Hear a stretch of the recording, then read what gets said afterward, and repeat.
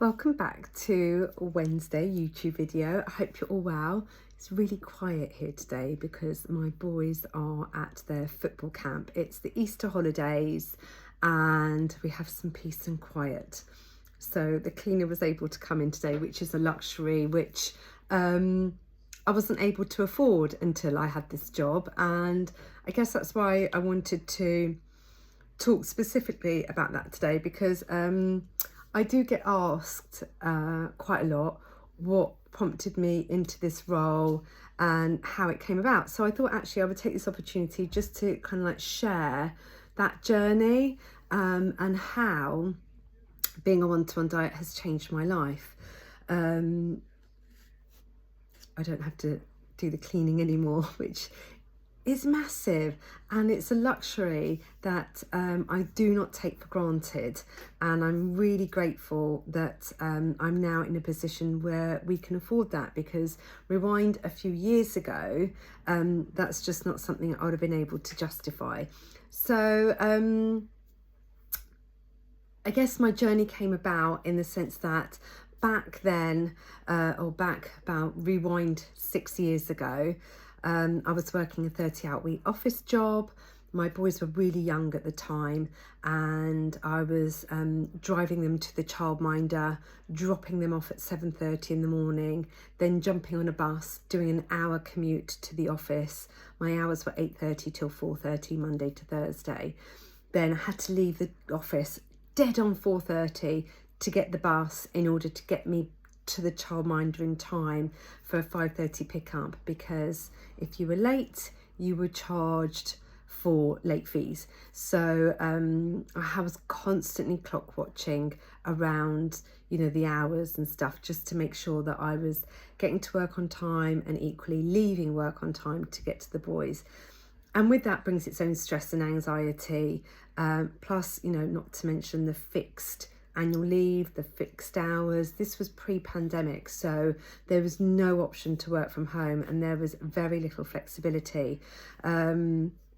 So that kind of like on a day-to-day basis was fine, but it was things like if the kids were poorly, or if now I don't have a network around me, I don't live near parents, grandparents, I don't have any extended family, so the childcare relied on the kids being with the childminder or me and my husband. When you've only got 5 weeks between you and your leave, or not between you, when you've only got 5 weeks each, and you're using it to cover childcare, leaves you very little time to take the time off together to do something with the family, because it was having to take into consideration sick days, inset days, sports days, nativity plays, all of these extra days that required hours and time off that could only come out of your annual leave.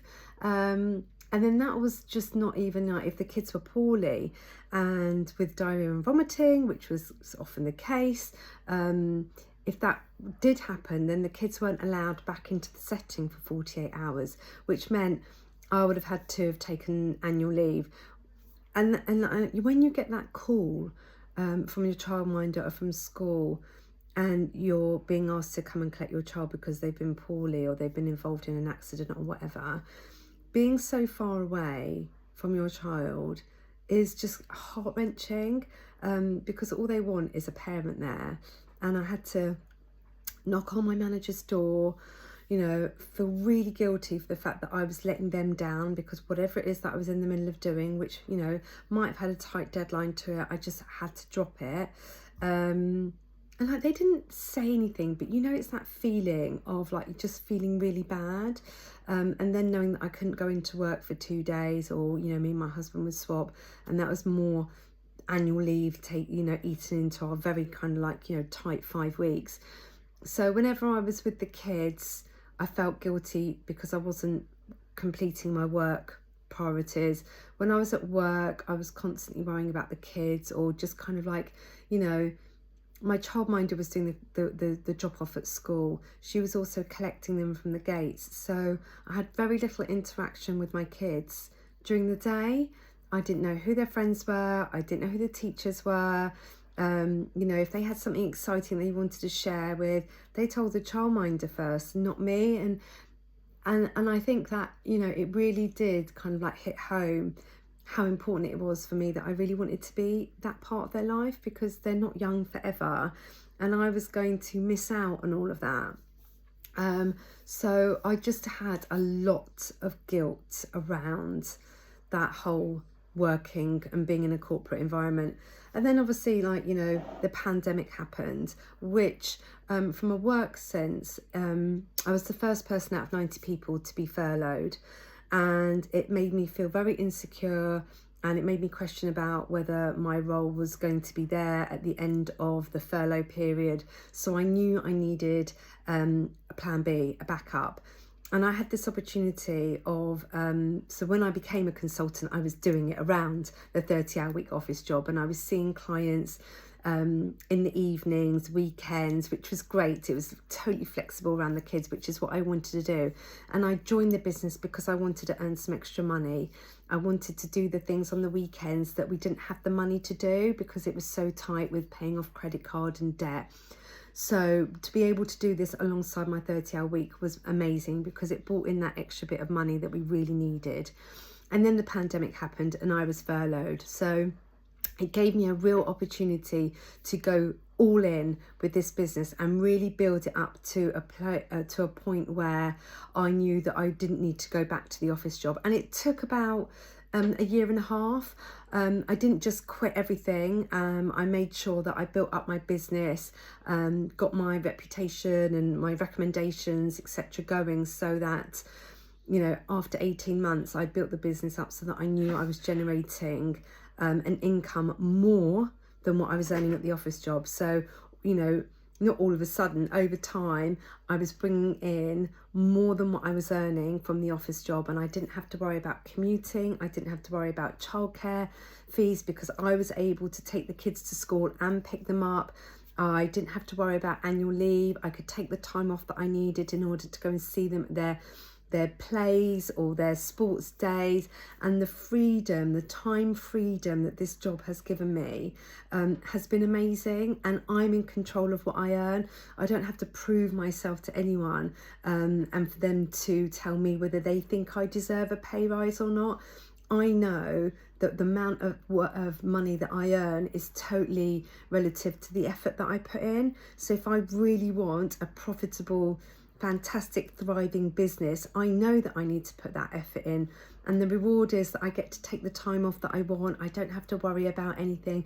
I get paid as soon as my clients are purchasing their products, so I can do it on a sun lounger, on holiday if I want. I can do it while I'm waiting at the doctor's surgery. I don't have to be in front of someone to earn money, which are some self-employed businesses such as beauty or, you know, trades. Like, you have to actually be physically at a place to earn the money. I don't have to do that.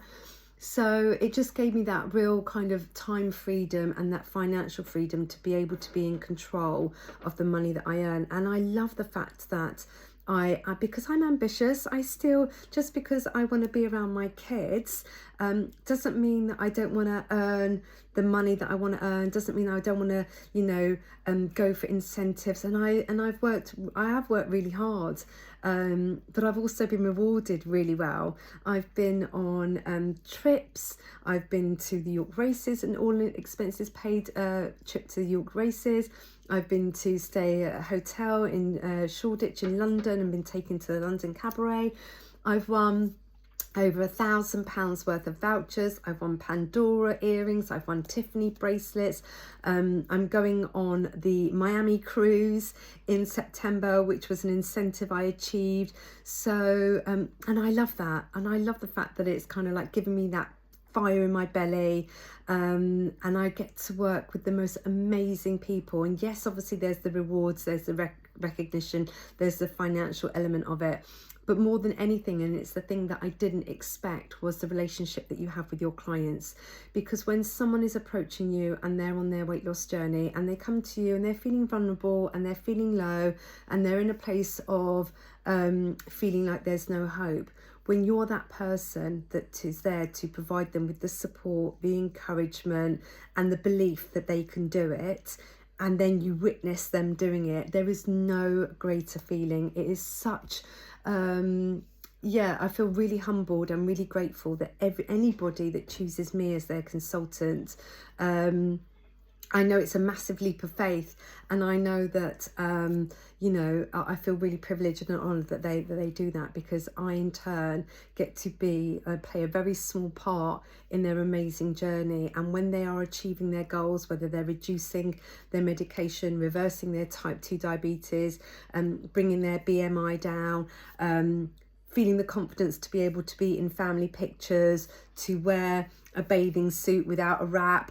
or to, you know, embark on their IVF journey. There are so many different amazing things that as a consultant you witness your clients achieve, and it's a thing that I didn't really appreciate, I suppose, when I came into this role, and now it is probably the most favourite part of the role, is just having that role to play.